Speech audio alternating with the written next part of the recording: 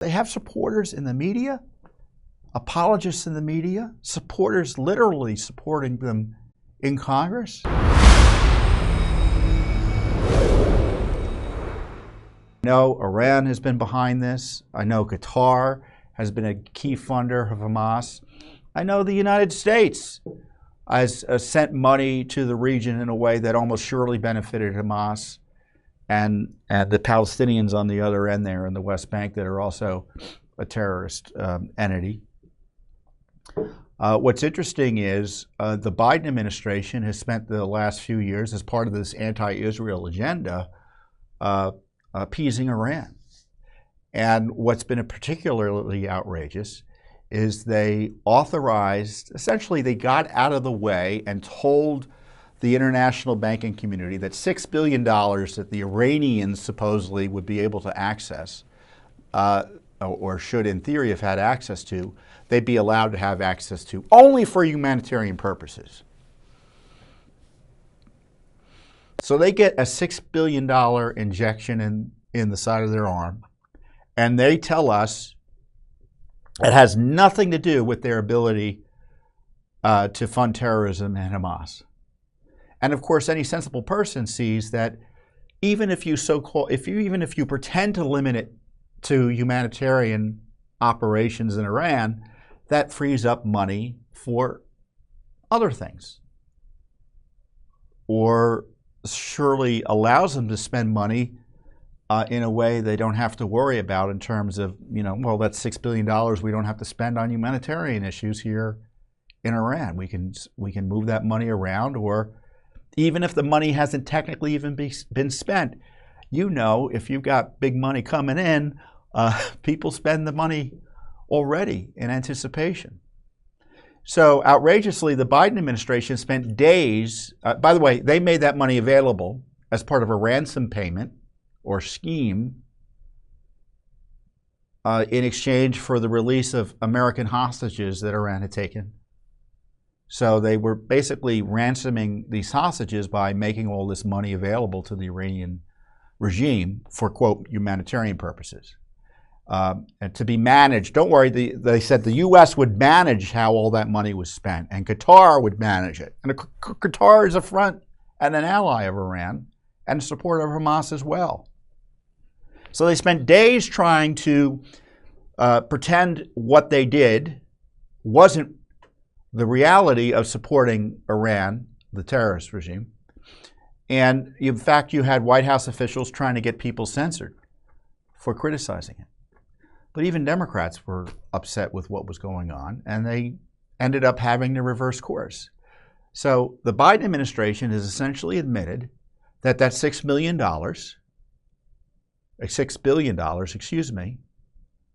actually would benefit the Iranian terrorist regime in a way that would harm our national security and potentially support terrorists, after days of telling us otherwise.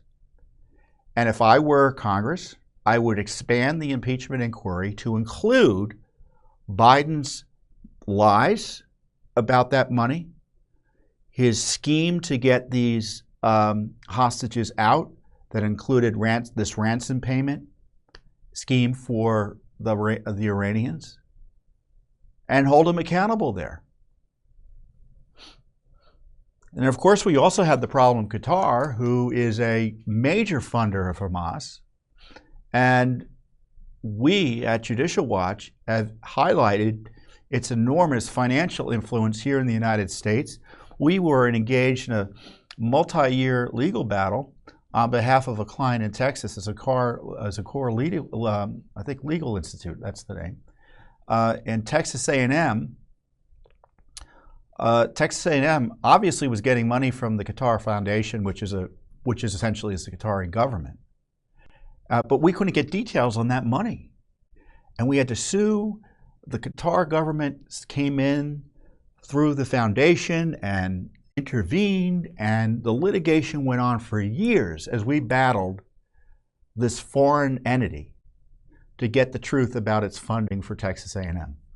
And lo and behold, we found out why they were so nervous and didn't want the information to come out, because it turned out they gave Texas A&M around $500 million.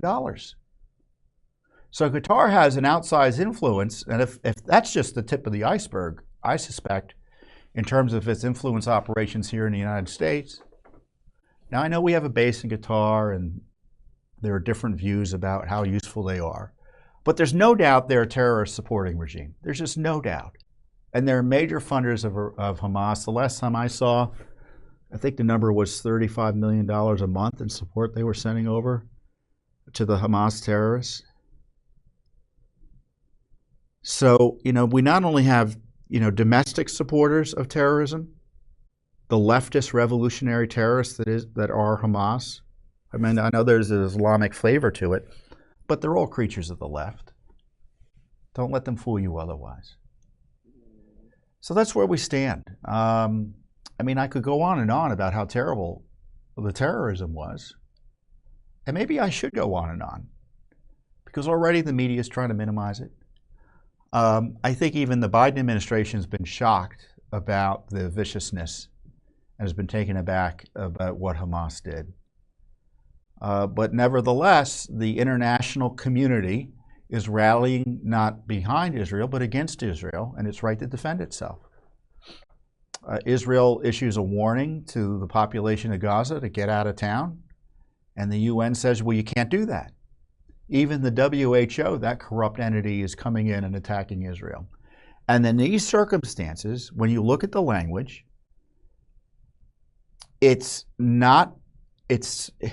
is a defense of Hamas and an effort to protect Hamas and ensure that it's able to continue to govern in Gaza. I mean, that's the effect of those who say that Israel already is engaging in war crimes as it seeks to defend itself against this unprecedented terrorist attack.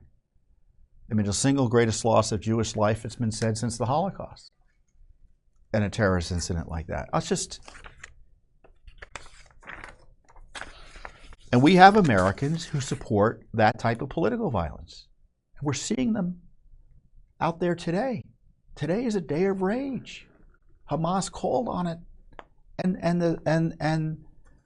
their supporters are out in full force. They have supporters in the media, apologists in the media, supporters literally supporting them in Congress. When you hear people say, well, both sides, we should pray for the innocents on both sides, obviously no one wants to see an innocent killed. But let's be clear. The reason any innocent is being killed is because of the terrorists. And they would imply Israel is at fault for the innocents being killed. And that's a smear, and it's designed, again, to minimize the terrorism of Hamas. And really to justify left-wing violence. Because I don't think there may be a tactical difference with Hamas. There's no strategic difference. I mean, these are allies.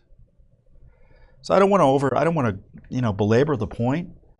But I've told you that our republic's under attack. And, the same folks who lecture you about equity and indigenous peoples and that we need to reorganize our society, and that we're interlopers here in America who've destroyed indigenous cultures. That's the same thinking that Hamas is promoting when it goes in engaging in genocidal attacks on Israelis. And I tell you, we got to be aware, as Israel is an ally, obviously, of the United States. We have family ties because of the interlocking communities here in the United States. I mean, think of all the Americans who have families in Israel. I mean, that alone, in addition to the strategic ties and the ties we have as an ally. But it shows you how important a secure border is. I mean, Israel, to be clear, I hope there's some internal reckoning as to how that attack was allowed to occur. But it shows you the importance of a secure border. And Israel, obviously that border with Gaza was relatively secure. But you can't have a secure enough border if you're trying to protect your citizens, right? And compare and contrast our border with, frankly, any other national border in the world. It's a joke. Judicial Watch just had a Corruption Chronicles piece. I think they let in 2.1 million people, 2.2 million people at least. And of those, only 1% or so, less than 1%, maybe 0.3%. I forget what the number was. I think it was 99.7 have been allowed to stay. And we've highlighted how aliens of special interest, right? Special interest aliens, which are aliens that we have information to suggest are tied to terrorist entities. The numbers are increasing. There's no doubt. And those are the ones we're catching. So I hope it reminds us the importance of having a secure border. I mean, what struck me about the Israel situation is just how tenuous Israel's security is. Because I saw what happened last Saturday and thought, you know, that's how they lose their country. I mean, they have enough invaders from Gaza or from the north, Hezbollah, another Iranian-backed entity, or other enemies, you know, sweep into their land. Who knows how the country ends up? So these are, you know, Israel's nation's on the line here in terms of taking care of this issue. And the left, of course, doesn't want strength, opposes strength in the face of this revolutionary assault. So I just want you to see through it all. You know, don't buy into the both sides do it, because both sides don't do it. And certainly in this situation, it's obviously what Israel is doing is clearly modest in what I would think is a modest effort at self-defense, even given the circumstances.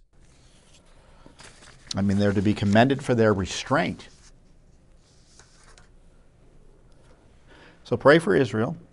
Pray for peace, but pray for a just peace, not the fake peace that the left wants to impose.